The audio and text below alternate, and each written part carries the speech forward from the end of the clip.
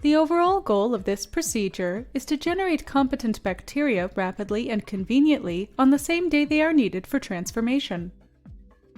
This is accomplished by first plating the bacteria on LB agar and incubating them for 4 to 6 hours. Next, the bacterial lawn is carefully harvested from the surface of the agar, and the pellet is resuspended in sterile cold water or buffer. Then, the bacterial pellet is washed 3 times at 4 degrees Celsius and resuspended in 40 microliters. Finally, the competent cells are electroporated in the presence of DNA.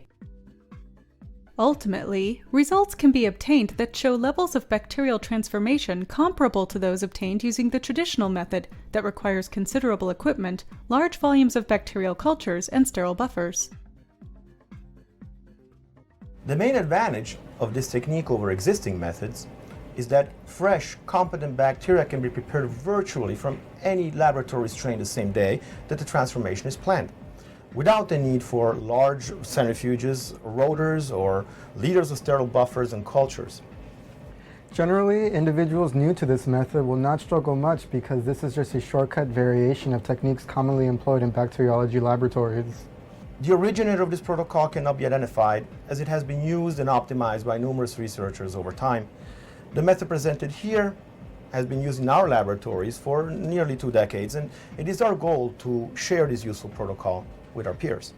Visual demonstration of this method is important for one step in particular, the collection of bacteria from the lawn on the agar, because it takes an experienced eye to evaluate the growth on the plate, and this is best visualized.